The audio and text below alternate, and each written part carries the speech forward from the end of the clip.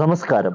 Channel ന്യൂസിന്റെ മുഖാമുഖം പരിപാടിയിലേക്ക് എല്ലാ പ്രേക്ഷകർക്കും സ്വാഗതം. ഇന്ന് പ്രേക്ഷകരെ പരിചയപ്പെടുത്തുന്നത് കുളത്തുപുഴയുടെ കലാകാരൻ നിവാസ് ഖാനെയാണ്. നമസ്കാരം നിവാസ് ഖാൻ. നമസ്കാരം. എന്തൊക്കെയുണ്ട് വിശേഷം? സുഖം, ഇങ്ങനെ പോകുന്നു. കോമഡി രംഗത്തേക്ക് കടന്നു വന്നിട്ട് എത്ര നാളായി? ഞാൻ കോമഡി രംഗത്തേക്ക് കടന്നു വരുന്നത് 1999 കാലഘട്ടങ്ങളിലാണ്. ഈ ഞാൻ പണ്ട് ഈ കാസറ്റ് ഒക്കെ എടുത്തിട്ട് കാണുമായിരുന്നു. അന്ന് ഈ വീഡിയോ കാസറ്റ് ആയിരുന്നു. അന്ന് ഈ കൊച്ചിൻ സാഗർ, കലാഭവന്റെ ഒക്കെ അബീക്കാട്, ഷാഗർ സിയാസിന്റെ ഒക്കെ പ്രോഗ്രാം കണ്ടപ്പോൾ എനിക്കൊരു ആഗ്രഹം, ഇതുപോലെ ഈ കലാഭവനിലേക്ക് മിമിക്രിയിലേക്ക് കടന്നു വന്നാലോ ഒരു ആഗ്രഹമുണ്ട്. അപ്പൊ അതുകൊണ്ടാണ് ഞാൻ ഇങ്ങനെ മിമിക്രിയിലേക്ക് വരാൻ എത്തിപ്പെട്ടത്. എന്തെങ്കിലുമൊക്കെ പുരസ്കാരങ്ങൾ കിട്ടിയിട്ടുണ്ടോ? പുരസ്കാരങ്ങൾ ഞാൻ പഞ്ചായത്ത് തലങ്ങളിൽ, അതുപോലെ തന്നെ ക്ലബ്ബ് തലങ്ങളിൽ, പഞ്ചായത്തിൽ പ്രതിഭാ സംഗമത്തിന് പങ്കെടുത്തിട്ടുണ്ട്. പിന്നെ അതുപോലെ തന്നെ പഞ്ചായത്ത് മേളകളിൽ 15 വർഷക്കാലം മിമിക്രിയിൽ ഫസ്റ്റായിരുന്നു. പിന്നെ ഇവിടുന്ന് കിട്ടിയ ആ ഒരു പ്രോത്സാഹനമാണ്. പിന്നെ അതേപോലെ തന്നെ ക്ലബ്ബ് പരമായിട്ട് നല്ല പ്രോത്സാഹനമാണ്. ഏത് ക്ലബിലായിരുന്നു ആദ്യം മുതൽ? ഞാൻ ആദ്യം പിന്നെ മഹാത്മാ എന്ന് പറഞ്ഞൊരു ക്ലബ്ബ് ഉണ്ടായിരുന്നു. അത് കഴിഞ്ഞ് പിന്നെ ഡിലൈറ്റിന്റെ പിന്നെ സജീവമായിട്ട് മുന്നോട്ട് പോവുകയും ഒരുപാട് എന്നെ delight arts and sports club പ്രോത്സാഹിപ്പിക്കുകയും അതിലുപരി എന്നെ പിന്നെ പൊതുസമൂഹത്തിൽ വെച്ച് ആദരിക്കുകയും 2 തവണ എന്നെ ആദരിക്കുകയും ചെയ്തു. ഡിലൈറ്റിനോട് ഒരുപാട് നന്ദി കടപ്പാട് ഈ ഒരു അവസരത്തിൽ ഞാൻ അറിയിക്കുകയാണ്. അതുപോലെ തന്നെ എന്റെ പ്രിയപ്പെട്ട പ്രേക്ഷകരോട് ഒരുപാട്, നമ്മുടെ ഇപ്പൊ ഇന്റർവ്യൂ കണ്ടോണ്ടിരിക്കുകയാണ്. ഇപ്പൊ ജിമ്മി തങ്കച്ചനും ഞാനുമായിട്ടുള്ള ഇന്റർവ്യൂ കണ്ടോണ്ടിരിക്കുകയാണ്. അപ്പം നിങ്ങൾ തരുന്ന സപ്പോർട്ടിനും പ്രോത്സാഹനത്തിനുമാണ് എനിക്ക് പ്രേക്ഷകരോടാണ് ഏറ്റവും കൂടുതൽ നന്ദി പറയുന്നത്. കാരണം നിങ്ങൾ ഉണ്ടെങ്കിലേ ഞാനുള്ളൂ. അപ്പൊ അതുകൊണ്ട് നിങ്ങൾ തരുന്ന പ്രോത്സാഹനം കയ്യടിയുമാണ് എന്റെ വിജയം. ഈ പ്രോഗ്രാമുകളിൽ ഏറ്റവും കൂടുതൽ കോമഡി ഷോകളിൽ ഏത് സ്ക്രിപ്റ്റ് ആണ് ചെയ്യുന്നത്? ഞാൻ ആദ്യം ശബ്ദാനുകരണമായിരുന്നു, മിമിക്രി ആയിരുന്നു. അത് കഴിഞ്ഞിട്ട് ഞാനിപ്പം മഴവിൽ മനോരമ എന്നും പറഞ്ഞൊരു ഓൾറെഡി ഒരു പ്രോഗ്രാം ചെയ്തുകൊണ്ടിരിക്കുകയാണ്, ഒരു ചിരി ഇരുചിരി പമ്പൽ. അപ്പൊ ഞാൻ സ്കിറ്റിലേക്കാണ് പിന്നെ തുടങ്ങി വെച്ചത്. കാരണം ഞാൻ സ്കിറ്റ് പഠിക്കുന്നത് പിന്നെ മഴവിൽ മനോരമയിലാണ് പഠിക്കുന്നത്. കാരണം അവിടെയാണ് എന്റെ ഗുരുക്കന്മാരെല്ലാം എന്നെ പഠിപ്പിച്ചത്. പിന്നെ അൻരൂപ് സാറാണ്. അതുപോലെ തന്നെ മഴവിലിലെ ഓരോ ഡയറക്ടർക്കും അതിന്റെ പ്രൊഡ്യൂസർക്കും ഈ ഒരു അവസരത്തിൽ ഒരുപാട് നന്ദി കടപ്പാടും ഞാൻ അറിയിക്കുന്നു.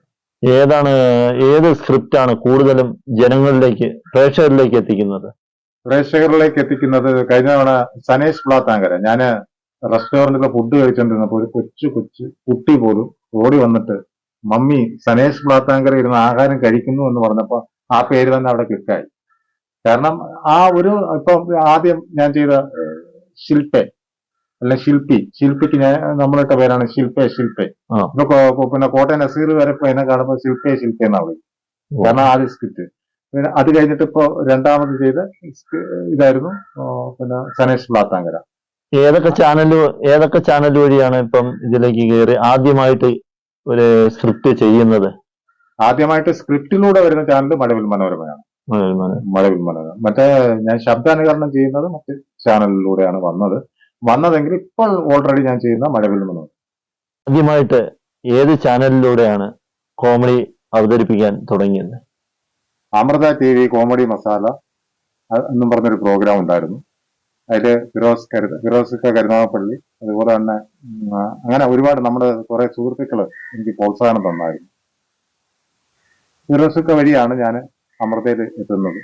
അത് കഴിഞ്ഞതിന് ശേഷം ഏഷ്യാനെറ്റിലോട്ട് പോയി. അത് നമ്മുടെ ഉണ്ണികൃഷ്ണൻ ചേട്ടൻ കിടക്കൽ. ഉണ്ണിച്ചേട്ടാ നമസ്കാരം, ഈ പ്രോഗ്രാം കണ്ടുകൊണ്ടിരിക്കുകയാണ്. ഉണ്ണിച്ചേട്ടൻ ഈ ഒരു അവസരത്തിൽ ഒരുപാട് നന്ദി അറിയിക്കാം. ഉണ്ണിച്ചേട്ടൻ വഴിയാണ് ഏഷ്യാനെറ്റ് പ്ലസിലോട്ട് പോയത്, കോമഡി സ്റ്റാർ പ്ലസ്. അത് കഴിഞ്ഞതിന് ശേഷം പിന്നെ അമൃത TV കോമഡി മാസ്റ്റേഴ്സ് എന്ന് പറഞ്ഞ ഓൾറെഡി ഒരു പരിപാടി ഉണ്ടായിരുന്നു. അതിൽ താരവിളയാട്ടം എന്ന് പറഞ്ഞ പ്രോഗ്രാം, അത് ഫിറോസൊക്കെ വഴി എന്നെ ഒരുപാട് ഹെൽപ്പ് ചെയ്യും. ചാനൽ വഴി എന്നെ പ്രോത്സാഹിപ്പിക്കുകയൊക്കെ ചെയ്ത ചാനലാണ് അമൃത TV. അമൃതയെന്നാണ് പിന്നെ മറ്റു ചാനലുകളിൽ. എന്ത് ജോലി ചെയ്യുന്നു നിവാസ് ഖാൻ? ഇപ്പോൾ ഞാൻ ഓൾറെഡി ഹോട്ടൽ ഫീൽഡാണ് ജോലി ചെയ്തുകൊണ്ടിരിക്കുന്നത്. കാരണം എന്തെങ്കിലും ഒരു വരുമാനം വേണ്ടേ, ജോലി ചെയ്തുകൊണ്ടിരിക്കുന്നത്. ഈ ജോലിക്കിടയിൽ നിന്നുകൊണ്ടാണ് ഞാൻ ഈ ഒരു പ്രോഗ്രാമിൽ പങ്കെടുക്കാൻ പോയി. പിന്നെ മാർഗങ്ങളെ ഞാൻ കണ്ടെത്തിയത് സാമ്പത്തികപരമായിട്ട് ആയാലും കണ്ടെത്തുന്നത്, മറ്റുള്ളവരെ ചിന്തിപ്പിക്കുന്നതും രസിപ്പിക്കുന്നതും ഒരുപാട് പേരെ നമ്മൾ ചിരിപ്പിക്കാറുണ്ട്, അല്ലെങ്കിൽ അവർ രസിപ്പിക്കാറുണ്ട്. നമ്മൾ പ്രോഗ്രാം കണ്ട് രസിക്കുന്നവരുണ്ട്. പക്ഷെ അതിന്റെ പിന്നിലുള്ള ദുഃഖങ്ങളും ബുദ്ധിമുട്ടുകളും ഈ പറയുന്ന പ്രേക്ഷകർക്ക് ആർക്കും അറിയത്തില്ല. അതിന്റെ ബുദ്ധിമുട്ടുകൾ എനിക്ക് മാത്രമേ അറിയൂ. ഒരു മാസത്തെ എത്ര പ്രാവശ്യമുണ്ട് സ്ക്രിപ്റ്റ് ചെയ്യണം? സ്ക്രിപ്റ്റ് ഒരു മാസത്തില് ചിലപ്പോൾ ഒരു ഷെഡ്യൂളായിരിക്കും, ആ. ചിലപ്പോൾ 2 ഷെഡ്യൂളായിരിക്കും. നമ്മൾ 10 ദിവസം അവിടെ പോകണം. എന്നിട്ട് അവിടുന്ന് ട്രെയിനിങ് ഉണ്ട്. ട്രെയിനിങ്ങിൽ പങ്കെടുത്ത് അതിൽ നമ്മൾ ഒരുപാട് പ്രാക്ടീസ് ചെയ്ത് 2 സ്ക്രിപ്റ്റ് മാറ്റി മൂന്നാമതൊരു സ്ക്രിപ്റ്റ് ചിലപ്പോൾ എഴുതിയെടുക്കും. അതെടുത്ത് ഇട്ട് അതും പഠിച്ചിട്ട് അതും കാണാതെ പഠിച്ചിട്ട് വീണ്ടും അടുത്ത സ്ക്രിപ്റ്റ് ചെയ്ത് അതും കാണാതെ പഠിച്ചിട്ട് ഏത് ഫൈനലീസ് ഏതാണെന്ന് വെച്ചാൽ അതാണ്. പ്രേക്ഷകർക്ക് വേണ്ടി എന്തെങ്കിലും ഒരു കോമഡി. പ്രേക്ഷകർക്ക് വേണ്ടി ഞാനിപ്പോ എന്താണ് ചെയ്യേണ്ടത് പറയൂ. കാരണം പിന്നെ ഓൾറെഡി നമ്മുടെ സ്കിറ്റ് കണ്ടോണ്ടിരിക്കുകയാണ്. പിന്നെ ഞാൻ മിമിക്രിയിൽ നിന്നാണ് കലയിലോട്ട് വരുന്നത്. എന്തെങ്കിലും ഒരു മിമിക്രി ചെയ്യാം. ചെയ്യാം. ഞാൻ തിരയൻ ചേട്ടന്റെ സൗണ്ട്. ആ. എന്നാലും എന്റെ പ്രഭാകര എന്നെ ആ പഴയ കുപ്രാക്കളത്തിലേക്ക് പറഞ്ഞു വിടല്ലോ. നീ ഒരു കാര്യം ചെയ്യും, ഒരു കള്ള പാസ്പോർട്ടെങ്കിലും എടുക്കുക. വല്ല ദുബൈയിലോ വല്ല ഇസ്രയേലോ വല്ല ഷാർജയിലോ എവിടെയെങ്കിലും പോയി വല്ല കള്ളപ്പണി എടുത്തെങ്കിലും ഞാൻ ജീവിക്കാൻ എന്റെ പ്രഭാകര. മിസ്റ്റർ അരിക്കുമ്പൻ, താങ്കൾ ഈ കേരളം വിട്ടു പോകുന്നത് ശരിയായില്ല എന്നാണ് എനിക്ക് പറയാനുള്ളത്. ഉടൻ തന്നെ കേരളത്തിലേക്ക് തിരിച്ചു വരണം, അല്ല തിരിച്ചു വരണമെന്നാണ് പറയാനുള്ളത്. കേരളത്തിലുള്ളവർ ആകെ ബുദ്ധിമുട്ടിയിരിക്കുകയാണ്. അരിക്കും പഞ്ചസാരയ്ക്കും വില കൂടിയത് കൊണ്ടാണ് മിസ്റ്റർ അരിക്കൊമ്പൻ കേരളം വിട്ടു പോയതാണെന്ന് എനിക്ക് പറയാനുള്ളത്. അല്ലടാ, എന്താ പറയാ മിസ്റ്റർ ബിനു തങ്കച്ചൻ. ഇനി പുതിയതായിട്ട് വരുന്ന പ്രോജക്റ്റുകൾ? പുതിയതായിട്ട് വരുന്ന പ്രോജക്റ്റ് എന്ന് പറഞ്ഞാൽ ഒരു അടിപൊളി ഒരു സംഭവം ആ. മഴവിൽ മനോരമയിൽ വരാനിരിക്കുകയാണ്. ഒരു ചിരി ബമ്പർച്ചിരി. അപ്പൊ തീർച്ചയായിട്ടും കാണണം. എനിക്ക് തോന്നുന്നു ഈ അടുത്തിടയ്ക്ക് കാണിക്കാൻ ചാൻസ് ഉണ്ട്. ആ. അപ്പൊ നല്ല സംഭവമാണ്. കാരണം ഗ്രൂമർ വരെ പറഞ്ഞു അത് നല്ല പ്രോഗ്രാമാണ് നിവാസ്, നല്ല സൂപ്പറായിട്ട് അത് ചെയ്തു. അത് പ്രേക്ഷകർക്ക് കാണുമ്പോൾ തന്നെ അറിയാം. കാരണം ഞാനത് പറയേണ്ട കാര്യമില്ല. ടി വിയിൽ വരുമ്പോൾ ഇത് പ്രേക്ഷകർ ഇത് ജനങ്ങൾ ഇത് കണ്ടോണ്ടിരിക്കുകയാണ്. അപ്പൊ അവർ തന്നെ വിധി എഴുതിക്കോളും. അതാണ് ഞാനത് പ്രേക്ഷകർക്ക് വേണ്ടി വിട്ടുകൊടുക്കുകയാണ് ആ പ്രോഗ്രാം. അപ്പൊ അത്ര എനിക്ക് കലയോടൊരു അല്പം വാശിയുണ്ട്. കാരണം ജയിക്കണം എന്നൊരു വാശിയുള്ള ഒരു കൂട്ടത്തിലാണ് ഞാൻ. കാരണം ആരെന്ത് പറഞ്ഞാലും അതിനപ്പുറം ചവിട്ടിക്കടന്ന് അത് ജയിച്ചേ പോകും. കാരണം അത് കലാജീവിതത്തിൽ അത് എനിക്കുള്ളതാണ്. അതുകൊണ്ടാണ് എനിക്ക് ഈ അവസരത്തിൽ പറയാനുള്ളത്. ആ ഒരു പ്രോഗ്രാം തീർച്ചയായിട്ടും വരാനുണ്ട്. ഇനി ഓൾറെഡി അടുത്ത പ്രോഗ്രാം ചെയ്യാൻ പോകുന്നു. അതിന്റെ കഥ എന്താണെന്ന് ഞാനിപ്പോ പറയുന്നില്ല. കാരണം ക്ലൈമാക്സ് പറയുന്നില്ല. അപ്പൊ എന്താ, തീർച്ചയായിട്ടും അത് കണ്ടിട്ട് ജനങ്ങളാണത് വിലയിരുത്തുന്നത്.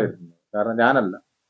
വീട്ടിലാരൊക്കെ ഉണ്ട്? വീട്ടില് ഉമ്മ ഉണ്ട്, സഹോദരിയുണ്ട്, സഹോദരിയുടെ പിള്ളേരന്മാരുണ്ട്, പിന്നെ ചേട്ടനുണ്ട്, അനിയനുണ്ട്, ഉമ്മാടെ ഉമ്മ ഉണ്ട്, മാമമാരുണ്ട്. അങ്ങനെ മാമമാരൊക്കെ ഭയങ്കര പ്രോത്സാഹനമാണ്. പിന്നെ ഫാദർ മരണപ്പെട്ടു പോയി, വാപ്പ. അതൊരു വല്ലാത്തൊരു വിഷമമാണ്. കാരണം കലാജീവിതത്തിൽ എന്തെങ്കിലുമൊക്കെ ആയിത്തീരണം, അല്ലെങ്കിൽ എവിടെയെങ്കിലും നമ്മളെയൊക്കെ ഒരുപാട് വഴക്ക് പറയാറുണ്ടായിരുന്നു. പഠിക്കുന്ന കാലത്ത് പഠിക്കാൻ പോകും.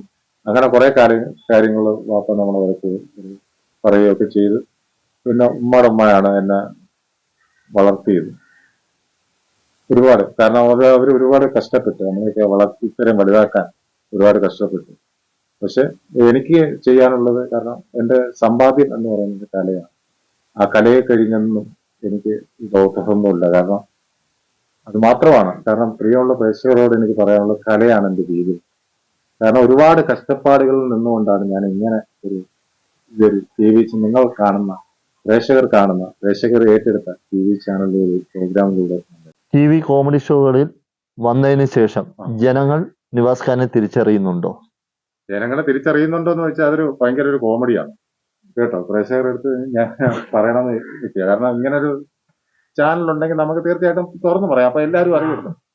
അപ്പൊ ഞാനിങ്ങനെ പുറത്തോട്ടൊക്കെ ഇറങ്ങുന്ന സമയത്ത് നമ്മുടെ നാട്ടുകാർക്ക് എല്ലാവർക്കും തിരിച്ചറിയാം. ചില ആൾക്കാർ പറയുമ്പോൾ ഈ കൂളിംഗ് ഗ്ലാസ് കണ്ണാടി വെച്ചോണ്ടാണ് പെട്ടെന്ന് ഇങ്ങനെ ടി വിയിൽ നോക്കിയിട്ട് പറയും, അയ്യോ അത് നമ്മുടെ നിവാസ് ഖാൻ അല്ലേ എന്ന് പറയും.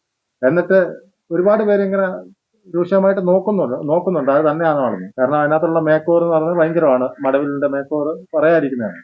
ഈ കഴിഞ്ഞിടയ്ക്ക് ഈ വിഷുവിന് ഘോഷയാത്രയ്ക്ക് ഞാനൊന്ന് ഇറങ്ങിപ്പോയി. കാരണം ജനങ്ങളിലേക്ക് ഓടിയെത്തുന്ന ഒരു കലാകാരനാണ് ഞാൻ. ഏതൊരു സംഭവമായാലും എന്ത് കാര്യത്തിനായാലും ജനങ്ങളിലേക്ക് ഓടിയെത്തുന്ന ഒരു കലാകാരനാണ്. അപ്പൊ ഞാനിങ്ങനെ പൊതു സമൂഹത്തിലൂടെ നടന്നു പോയപ്പോ പിന്നെ ഒരാൾ ഓടി വന്നെന്നെ കെട്ടിപ്പിടിച്ചിട്ട് ലാസ്റ്റില്, കാരണം അത്രയും ജനങ്ങളുണ്ട്. വിഷുവിനുള്ള ഘോഷയാത്ര എന്ന് പറഞ്ഞാൽ ലക്ഷക്കണക്കിന് ആൾക്കാരാ വന്നിരിക്കുന്നത്. ലക്ഷക്കണക്കിന് ആൾക്കാരിൽ ഒരുവൻ ഓടി വന്നെന്നെ കെട്ടിപ്പിടിച്ചു എന്ന് പറഞ്ഞാൽ അത് ബമ്പർച്ചിരി തരുന്ന ഏറ്റവും വലിയൊരു അംഗീകാരമാണെന്നാണ് എനിക്ക് തീർച്ചയായിട്ടും പറയാനുള്ളത്. അതോടൊപ്പം പുള്ളിക്കാരൻ പറയാണ്, ഞങ്ങളുടെ ഒരു നാട്ടുകാരൻ ടി വിയിൽ നിൽക്കുന്ന കാണുമ്പോൾ രോമാഞ്ചം പൊങ്ങുകയാണ് എന്നാണ് പറയുന്നത്. കൊളുത്തുപുഴയിൽ ഏതൊക്കെ സ്കൂളുകളിലാണ് പഠിച്ചത്? ഞാൻ കുളത്തൂപ്പുഴയില് UPS സ്കൂൾ, അതുപോലെ തന്നെ ഹൈസ്കൂൾ, ഗവൺമെന്റ് GHS ഹൈസ്കൂളിലാണ്. സിനിമ രംഗത്തു നിന്ന് ആരെങ്കിലും നിവാസ് ഖാനെ വിളിച്ചിട്ടുണ്ടോ? ഇതുവരെയ്ക്ക് വിളിച്ചിട്ടില്ല. സിനിമയിലെ കഥാപാത്രങ്ങൾ കിട്ടിയാൽ ചെയ്യും. എനിക്ക് പറ്റുന്ന കഥാപാത്രമാണെങ്കിൽ ഞാൻ ചെയ്യും. ചാനൽ ന്യൂസിന് വേണ്ടി ചിലവാക്കിയ നിവാസ് ഖാൻ ഇനിയും പുതിയ പ്രോജക്റ്റുകളുമായി ഇനി ഉയരങ്ങളിലേക്ക് എത്തട്ടെ.